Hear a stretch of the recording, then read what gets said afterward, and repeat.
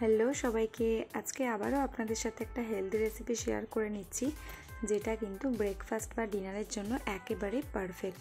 যেহেতু রেসিপিটা খুবই হালকা, জাস্ট 15 মিনিটের মধ্যেই কিন্তু বানিয়ে নেওয়া যায়। আর এটা বাচ্চা থেকে বড় সবাই কিন্তু খুব ভালোভাবে খেতেও পারে। আর এই রেসিপিটা ব্রেকফাস্ট বা ডিনারের জন্য কিন্তু একেবারেই পারফেক্ট। তো চলুন দেরি না করে দেখে নিই। প্রথমেই এখানে আমি একটা কড়াইয়ের মধ্যে বেশ কিছুটা পিনাট হালকা একটু ভেজে নেব। বাদামগুলো একেবারে একটু লো হিটে ভাজতে হবে, হাই হিটে দিলে কিন্তু বাদামগুলো পুড়ে যাবে আর খেতেও একটু তেতো হয়ে যাবে। তাই একেবারে লো হিটে জাস্ট 5-6 মিনিট হালকা একটু বাদামগুলো নেড়ে চেড়ে ভেজে নিয়েছি।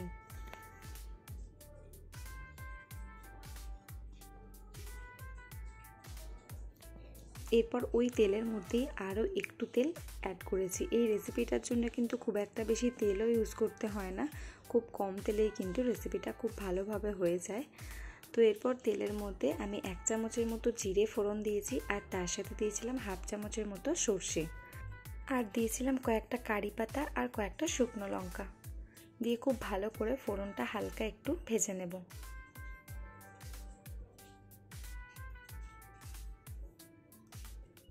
তারপর এখানে আমি কয়েকটা সবজি দিয়েছি, এখানে আলু আর গাজর দিয়েছি। তো আপাতত আমার কাছে যেগুলো অ্যাভেলেবেল ছিল আমি সেগুলো ইউজ করেছি। এখানে কিন্তু যেরকম ইচ্ছা সবজি দেওয়া যেতেই পারে, তবে যেহেতু আমার কাছে আপাতত আলু আর গাজরটাই ছিল তো সেটা দিয়ে কিন্তু বানিয়ে নিয়েছি।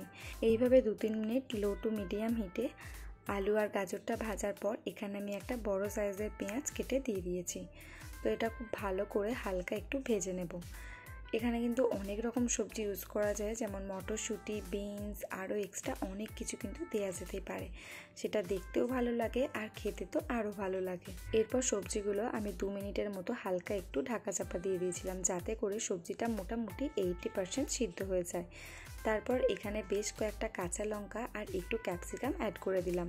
ক্যাপসিকামটা লাস্টে দিলাম কারণ ক্যাপসিকাম খুবই নরম আর ক্যাপসিকামের কাঁচা ফ্লেভারটা কিন্তু আরও সুন্দর লাগে। আর প্রথমেই যদি দিয়ে দিতাম তাহলে ক্যাপসিকামের কালারটাও নষ্ট হয়ে যেত আর খুব নরম হয়ে কিন্তু এর সাথে মিশে যেত। তাই একটু পরে কিন্তু ক্যাপসিকামটা দিলে সমানভাবে সব কিছুই ব্যালেন্স হয়ে যায়।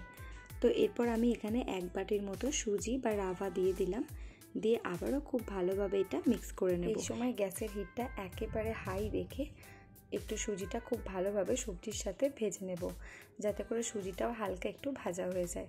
অনেকেই সুজিটা আগে ভেজে নেয়, তবে আমি যেহেতু এখানে ডিরেক্ট তাই সবজির সাথেই একটু টাইম নিয়ে খুব ভালো করে ভেজে নিচ্ছি, যাতে করে সুজির মধ্যে থাকা কাঁচা গন্ধটা একেবারেই না থাকে। এরপর আমি যেই বাটি সুজি নিয়েছিলাম সেই একই বাটির 2 বাটি কিন্তু জল নিয়েছি।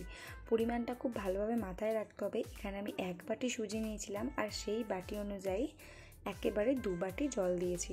এর থেকে বেশি দিলেও কিন্তু সুজিটা ঝুরঝুরে হবে না, আর কম দিলেও কিন্তু সুজিটা ঠিকঠাক সিদ্ধ হবে না। তাই জলের পরিমাণটা খুব ভালোভাবে দিতে হবে। এরপর এখানে আমি পরিমাণ মতো লবণ দিয়েছি, দিয়ে খুব ভালো করে পুরোটা মিক্স করে নিয়েছি। খুব ভালো করে মিক্স করে নেওয়ার পর এখানে আমি আবারও ঢাকা চাপা দিয়ে দেব। প্রায় 5-6 মিনিটের মতো কিন্তু একেবারে লো হিটে এটা সিদ্ধ হতে দেব। এই সময় কিন্তু গ্যাসের ফ্লেমটা একেবারে লো হিটে রাখতে হবে, না হলে কিন্তু নিচেটা একেবারে পুড়ে যাবে। এরপর 5 মিনিট পর দেখুন সুজিটা কিন্তু একেবারে খুব একটা ঝরঝরে হয়নি, জাস্ট জলটা কিন্তু খুব ভালোভাবে এর মধ্যে টেনে নিয়েছে। সুজিটা হালকা একটু এদিক ওদিক করে নাড়াচাড়া করে নেব, নিয়ে আবারও কিন্তু এটা ঢাকা চাপা দিয়ে আবারও 2 মিনিটের মতন এটা রেখে দেব, যাতে করে সুজিটা খুব ভালোভাবে জলটা একেবারে ভিতর থেকে টেনে নেয় আর খুব সুন্দরভাবে কিন্তু ঝরঝরেও হয়ে যায়।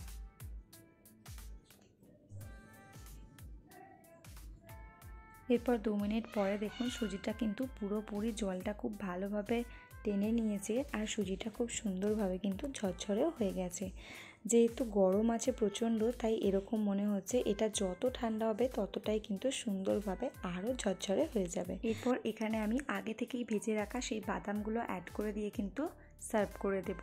আর এরকম সুন্দর সুন্দর হেলদি রেসিপি যদি আপনারা দেখতে চান তাহলে কিন্তু অবশ্যই আমার চ্যানেলটি সাবস্ক্রাইব করে রাখবেন, আর রেসিপিগুলো অবশ্যই বন্ধুবান্ধবদের সাথে শেয়ার করবেন। আজকের মতো টাটা, দেখা হচ্ছে পরের ভিডিওয়ে।